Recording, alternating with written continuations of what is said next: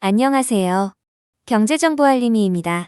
금일은 2023년도 새로운 기초생활수급자 통장 잔액 조건에 대해 알려드리도록 하겠습니다.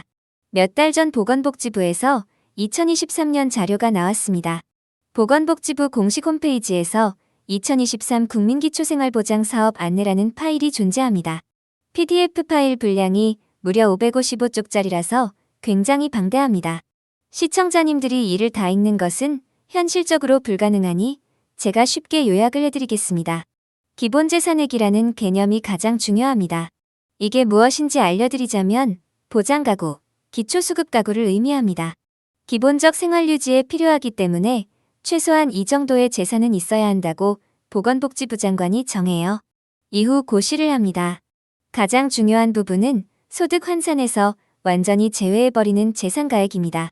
여러 가지를 다 더해서 소득인정액이라는 복잡한 합산을 만들어냅니다.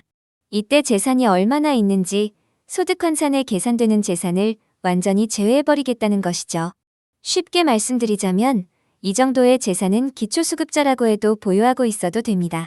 이를 기본재산액이라고 합니다. 이 기준이 2023년도에 바뀌었습니다.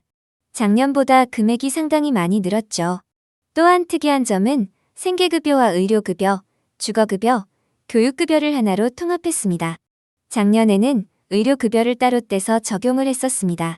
그러나 이제는 하나로 묶였다는 것이죠. 따라서 서울에서 사시는 분은 자신의 재산을 9,900만 원까지 가지고 있어도 됩니다.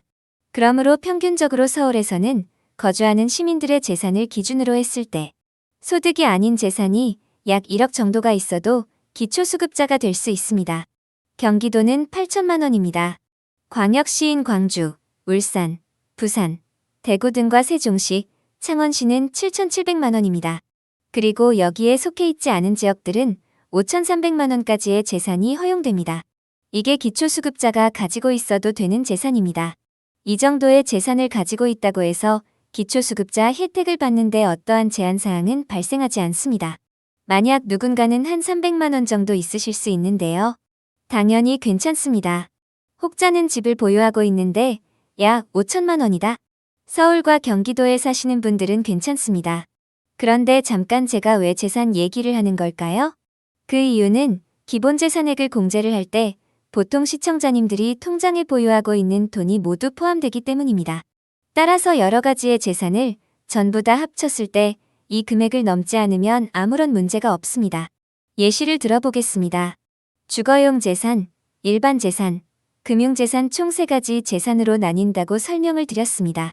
이때 이 3가지 재산의 합산이 저 숫자를 넘어오지 않으면 되는 것입니다.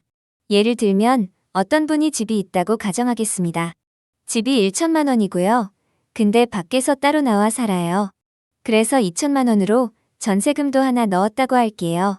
보증금도 500만 원이 있습니다. 그래서 주거용 재산을 이렇게 가지고 있습니다. 그리고 일반 재산으로는 200만 원짜리 자동차가 한 대 있고요. 1천만 원 가치의 물려받은 토지도 있어요. 금융재산과 보험에 가입해 놓은 게 약 500만 원이 있습니다. 마지막으로 청약통장 500만 원, 적금과 500만 원 예금, 500만 원의 모든 재산을 다 합치면 6,700만 원이 됩니다. 그러면 제가 만약 대구광역시에 거주한다고 가정했을 때 기준이 7,700만 원이라고 했죠.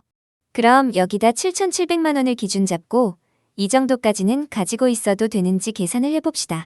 따라서 기초수급자 통장에 얼마까지 가지고 있어도 됩니까? 라는 질문을 하시려면 자신이 다른 재산은 어느 정도 가지고 있는지를 먼저 알아야 됩니다.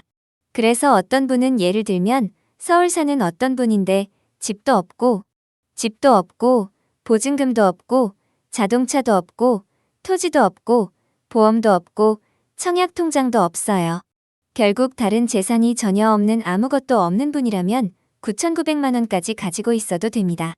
경기도는 8천만 원까지, 광역시 7,700, 그 외에는 5,300만 원입니다. 그러므로 기초수급자가 되기 위해서는 5,300만 원만 넘지 않으면 재산 때문에 불이익을 당할 일은 없습니다.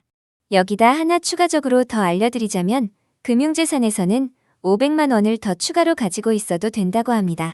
따라서 여기에 있는 숫자에다가 500만 원을 더하는 게 사실상 정확한 통장 잔액의 기준이 되겠습니다. 그렇다 보니 질문은 사실 되게 심플하죠. 수급자 통장에 2023년 기준으로 얼마까지 가지고 있어도 됩니까? 라는 질문에는 사실 통장만을 따질 수는 없습니다. 개인이 갖고 있는 주거용 재산, 일반 재산, 금융재산 등 본인의 모든 재산을 다 더했을 때, 개인이 갖고 있는 주거용 재산, 일반 재산, 금융재산 등 본인의 모든 재산을 다 더했을 때, 말씀드렸던 금액을 넘지 않으면 괜찮습니다라고 답변을 할 수 있겠죠. 본인 재산을 한번 쭉 계산을 해보신 다음에 가늠을 하시면 되겠습니다. 오늘은 이렇게 기초생활수급자 통장 잔액 기준에 대해 알아보았습니다. 앞으로도 유익한 영상으로 찾아뵙겠습니다. 구독과 좋아요 꼭 부탁드립니다.